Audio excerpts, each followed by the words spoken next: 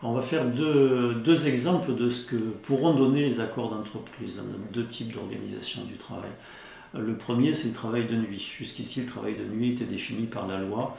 Et donc désormais, comme pour tout le reste, dans tous les domaines, désormais, l'accord d'entreprise pourra fixer toutes les conditions du travail de nuit. C'est-à-dire que non seulement l'accord d'entreprise pourra dire quand c'est la nuit c'est à partir de quelle heure et c'est jusqu'à quelle heure, c'est l'accord d'entreprise qui va le dire. Aujourd'hui, Ce qui va beaucoup avantager les entreprises qui, sur les Champs-Élysées, ne pouvaient pas ouvrir tard la nuit. C'est eux désormais qui diront quand est-ce qu'ils peuvent ouvrir, quand est-ce que ça sera la nuit. aujourd'hui, jusqu'à présent, c'était... Mais par la loi, normalement, on s'était fixé entre 21h et 6h du matin. Voilà, la loi travail avait déjà assoupli cette règle-là. Mais là, désormais, par accord d'entreprise, ils pourront dire ce qu'ils veulent. Quand c'est la nuit, qui sera habilité à travailler la nuit? C'est-à-dire que on va désigner qui sera bénéficiaire, puisqu'il parle comme ça maintenant, bénéficiaire du travail de nuit. L'accord d'entreprise va également dire combien on va payer, si on va payer, plus cher ou pas. Donc comment on passe au travail de nuit, comment on repasse éventuellement au travail de jour. Donc toutes les conditions seront fixées par l'accord d'entreprise. Et ce qui est particulièrement révoltant dans cette histoire du travail de nuit, c'est que l'ordonnance a prévu la chose suivante. Elle dit, du moment qu'il y a un accord d'entreprise qui définit les conditions du travail de nuit, comme je viens de le dire, cet accord devra être présumé, conclu conformément à la loi, et conformément à la loi qui dit qu'on ne peut faire un recours au travail de nuit que s'il est indispensable, pour des raisons sociales notamment, comme le travail à l'hôpital par exemple, indispensable, et que s'il préserve la santé des salariés.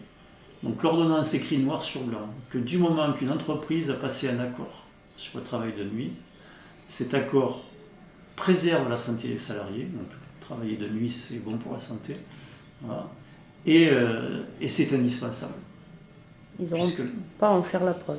Pas par rapport à la société, pas par rapport aux besoins sociaux, c'est indispensable parce que l'entreprise a dit que c'était indispensable, donc c'est indispensable.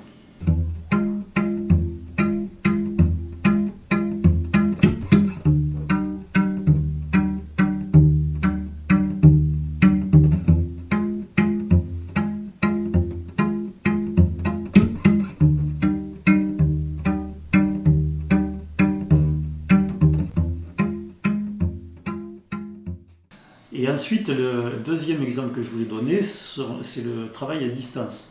On appelle télétravail. Travail à domicile, mais sans la télé. Mais quand je dis travail à domicile, c'est une façon de dire, puisque le travail à distance, ce sont les accords d'entreprise qui vont définir désormais ce que c'est que le travail à distance. Donc un accord d'entreprise dira quand est-ce qu'on travaille à distance. Ce ne sera pas forcément évidemment à domicile, ça pourrait être dans les transports, n'importe où, du moment que ce n'est pas à l'intérieur de l'entreprise. C'est l'accord d'entreprise qui va fixer qui va passer au travail à distance et les conditions du retour éventuel aussi. C'est l'accord d'entreprise qui va définir combien on sera payé, si on est payé en plus ou pas. C'est l'accord d'entreprise qui va définir quand est-ce que le patron peut vous appeler ou vous contacter par internet si vous travaillez à distance, les plages horaires où il pourra habituellement, c'est ça qui est écrit dans l'ordonnance, habituellement vous contacter. Ce qui veut dire aussi qu'il pourra, en dehors de ses horaires, de façon exceptionnelle, vous appeler s'il a une urgence. Voilà. Et donc l'accord d'entreprise va fixer l'ensemble des conditions, dont une qui n'est pas ordinaire, puisque c'est le contraire de la règle de droit actuelle, quand actuellement des travailleurs travaillent à distance, et notamment par des moyens informatiques. Que ce soit le matériel informatique, que ce soit l'abonnement, que ce soit l'entretien, tout ce qui est lié aux frais supplémentaires dus à ce travail à distance était évidemment à la charge de l'entreprise. L'ordonnance dit que désormais, ces frais seront à la charge du salarié, noir sur blanc. Tous ces frais seront à la charge du salarié. Voilà. Voilà donc ce qu'on peut faire désormais avec des accords d'entreprise. Alors je précise, parce qu'il y a d'autres exemples, mais celui-là est le plus net, c'est que l'accord d'entreprise va définir le télétravail, et s'il n'y a pas d'accord d'entreprise, l'employeur tout seul pourra définir le télétravail dans les conditions que j'ai dit. Donc c'est l'ensemble des conditions. L'employeur tout seul, la seule condition qui lui est donnée dans l'ordonnance, c'est qu'il devra rédiger une charte. Une charte, c'est un papier sur lequel l'employeur dit à quoi il s'engage, c'est-à-dire un papier qui ne vaut strictement rien.